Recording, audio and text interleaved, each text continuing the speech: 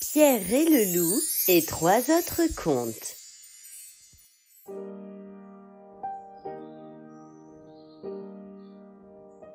Pierre et le loup. Il était une fois un petit garçon prénommé Pierre qui vivait à la campagne avec son grand-père.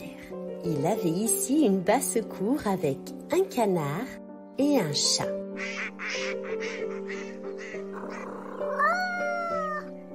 Son grand-père avait pour habitude de toujours fermer les portes et fenêtres de la maison, ainsi que le portail, car le loup rôdait dans la forêt. Un beau jour, il omit de fermer le portail du jardin, et le canard profita de l'occasion pour aller nager dans la mare qui se trouvait à l'orée du bois. Il se querella avec un oiseau venu se poser sur une branche. « Quel genre d'oiseau es-tu si tu ne sais pas voler ?» demanda l'oiseau. « Et quel genre d'oiseau es-tu si tu ne sais pas nager ?» lui répond le canard. À ce moment, le chat s'approcha. Pierre, depuis la maison, entendit les animaux proches de la mare. Il s'approcha de la fenêtre et quelle surprise! Ils étaient en dehors du périmètre autorisé. Il sortit de la maison et s'avança vers le point d'eau. Le chat, très surpris, sauta par-dessus le canard et grimpa dans l'arbre. L'oiseau s'envola aussitôt jusqu'à se poser sur la tête du félin. Le grand-père de Pierre arriva à son tour. Il lui dit « Mon garçon, tu as enfreint les règles. Je t'avais dit de ne pas te rendre plus loin que la clôture de la maison. » Il ramena Pierre à la maison et referma les portes et fenêtres par peur que le loup ne surgisse. Et c'est ce qui arriva. À la nuit tombée, le loup rôdait non loin de là. L'oiseau et le chat étaient hissés dans les arbres, mais le pauvre petit canard, tout pâteau, fut avalé par le loup. Pierre soupa avec son grand-père.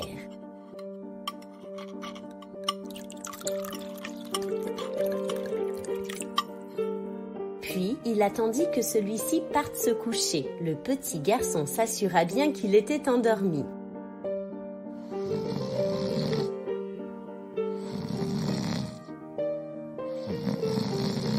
Puis il ouvrit la porte et sortit de la maison pour aller chasser le loup.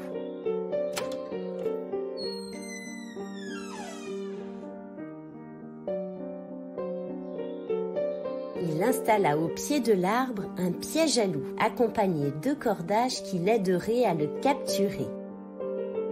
Une fois dans l'arbre, Pierre demanda à l'oiseau s'il pouvait attirer le loup. L'oiseau partit en quête du grand méchant loup. Il vola autour de la tête de celui-ci pour attirer son attention. Pierre attendit patiemment que le loup ne s'approche. Et une fois les 4 pattes dans le piège, il tira la corde pour le capturer. Le loup bondissait, mais il lui était impossible de sortir du tissu. Tout à coup, Pierre entendit des bruits de pas s'avancer. Des promeneurs sortaient de la forêt. L'oiseau s'envola leur dire qu'un loup s'y trouvait. Ces derniers coururent alors aider Pierre, mais celui-ci l'avait déjà capturé.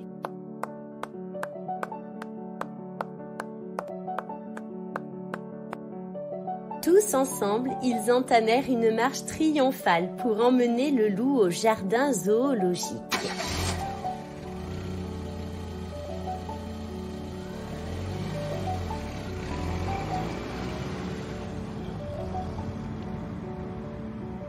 Puis, ils organisèrent une grande fête finale de grand dénouement heureux.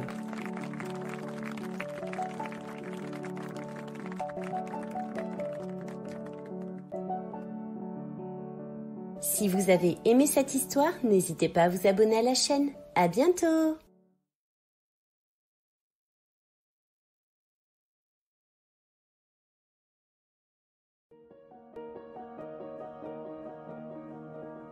Alice au pays des merveilles. Il était une fois une petite fille prénommée Alice. Elle habitait avec sa sœur une petite maison au beau milieu de la forêt. Un beau jour, alors qu'elle lisait sur un talus, elle vit passer un lapin blanc vêtu d'un gilet, visiblement pressé. Elle décida de le suivre.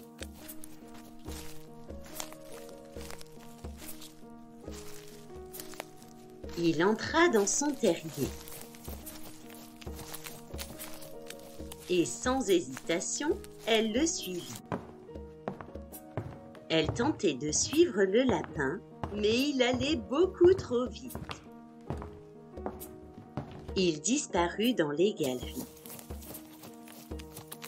Au fur et à mesure de son avancée, elle rapetissait. Elle arriva finalement dans un joli jardin. Seule, elle s'arrêta et se mit à pleurer. L'eau de ses larmes monta, monta, monta. Elle grimpa sur un talus et plusieurs animaux vinrent à sa rencontre. Et au milieu de la troupe se trouvait le petit lapin blanc. Elle le suivit jusque dans une maison. Comme il n'y avait pas de fenêtre, Alice pensa qu'il ne pouvait être que dans la petite niche, face à elle. Elle y passa la tête et entra. Elle découvrit une superbe forêt pleine de papillons. Elle marcha un moment.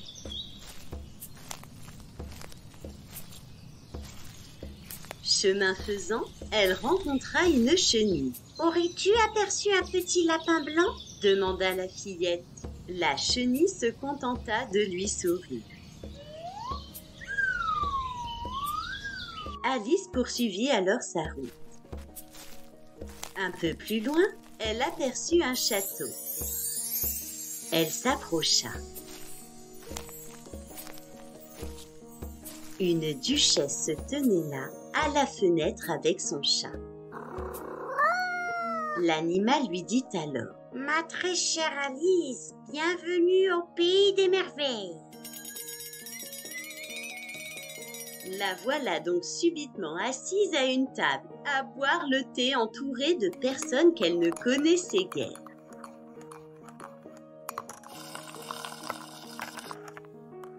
Abasourdie par cette étrange expérience, elle quitta ses hôtes par la porte de derrière. Elle pénétra alors dans un joli jardin, rempli de fleurs aux multiples couleurs. Cet endroit était plutôt agréable. Et lorsqu'elle traversa les buissons, elle se retrouva face à la reine de cœur. La reine lui dit: « Simili Tortue ne va pas tarder, suis mon ami le griffon. » L'animal l'escorta jusqu'à une petite cabane. Elle y entra. Dans l'obscurité, la tortue se tenait face à elle. Et tout à coup, un coup de tonnerre. La voilà qui apparaît dans une immense salle. Le juge tapa de son marteau. Les témoins se succédèrent à la barre. Face à cette mascarade, Alice se révolta. « Mais que se passe-t-il ici ?» Et c'est à ce moment-là qu'elle s'éveilla dans son lit. Finalement, il ne s'agissait que d'un rêve. Elle entra dans la cuisine.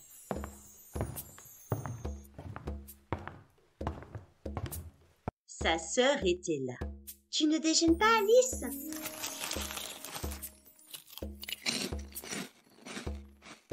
Alice sourit. Tout cela n'était qu'un rêve relatant un univers merveilleux. Si vous avez aimé cette histoire, n'hésitez pas à vous abonner à la chaîne. À bientôt!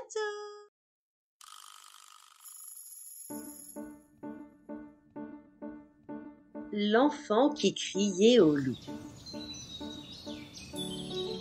Il était une fois Très éloigné des grandes villes et au sommet d'une colline, un petit village tranquille. Vivaient là quelques bergers avec leurs moutons. Parmi eux résidait un petit garçon nommé Pierre, avec ses parents. Son papa travaillait la terre. Et sa maman s'occupait de l'entretien de la maison et préparait de bons gâteaux. Pierre jouait souvent seul. Il s'ennuyait terriblement. Et un beau jour, il partit explorer le pré, proche de la bergerie du voisin. Les moutons pâturaient en forêt non loin de là. Et subitement, l'enfant eut une idée. Il se mit à courir en direction des quelques maisons. « Au loup! Au loup !» s'écriait-il. Les villageois étaient tous atterrés au potager. Soudainement, la panique se fit sentir. « Oh non !» Certains s'emparèrent de cordes afin de capturer la bête. Ils cherchèrent un moment le loup. « Petit Pierre, dans quelle direction l'as-tu vu partir ?» Mais le garçon balbutiait. Je ne me rappelle plus vraiment. Alors, les villageois s'agacèrent. L'un d'eux dit « Si c'est une farce, elle est de très mauvais goût. » Et ils retournèrent à la tâche. Petit Pierre rentra chez lui. Le repas était bien silencieux. Ses parents furent très fâchés de son comportement. Et il partit se coucher en silence. Et le lendemain matin, alors que Petit Pierre jouait à l'orée du bois, il entendit du bruit derrière un arbre. Tout à coup, le grand méchant loup apparut. Le garçon était tétanisé. Il se mit à courir aussi vite qu'il put. Et il donna l'alerte. « Oh non! Oh non !» Les villageois étaient en train de faire les récoltes de pommes. Sans un mot, ils dévisagèrent le pauvre garçon. Avec la mauvaise blague de la veille, il n'était pas question qu'il croie un autre de ses mensonges. Mais Petit Pierre insistait. « Il y a un loup. Je l'ai vu à l'entrée du bois, tout près des moutons. » Mais personne ne bougeait. Et le soir, le berger prit la direction du pré afin de rentrer ses moutons. Quelle stupeur! Toutes ces bêtes avaient été mangées par le loup. Oh non! Petit Pierre, de sa chambre, entendit les villageois s'agacer dans le village. Il a mangé toutes nos bêtes! Quelle horreur! Il a mangé tous les moutons!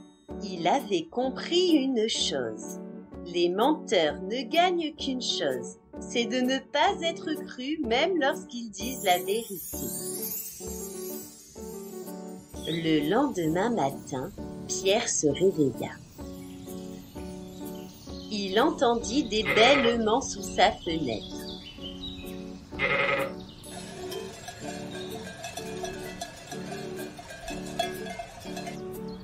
Quatre moutons avaient pris la fuite lors de l'attaque du loup et s'étaient sauvés. Petit Pierre sortit de chez lui. Il les dirigea vers la maison du berger. L'enfant était décidé. Dorénavant, il dira toute la vérité. Si vous avez aimé cette histoire, n'hésitez pas à vous abonner à la chaîne. À bientôt! Pocahontas. Il était une fois un capitaine de navire nommé John Smith qui habitait une grande ville. Et aujourd'hui était un grand jour. Il préparait son bateau pour partir en expédition vers le Nouveau Monde et y trouver de l'or. Et à milieu de là, Pocahontas, une jeune femme habitant une forêt, dormait encore. Elle rêvait. Dans son rêve, une flèche fut tirée et elle s'immobilisa contre un arbre.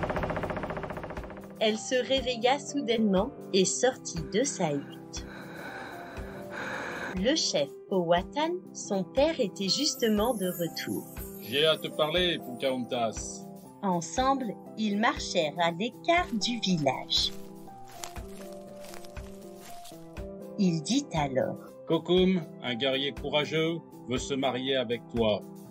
Pour cette occasion, je te remets le collier que portait ta mère. Pocahontas ne comprenait pas. Elle n'était absolument pas amoureuse de Kokum. Attristée, elle traversa la forêt en courant. Elle arriva devant un grand chêne. Elle s'assit face à l'arbre. Des centaines de petites étoiles vinrent se poser sur l'écorce et grand-mère Feuillage apparut.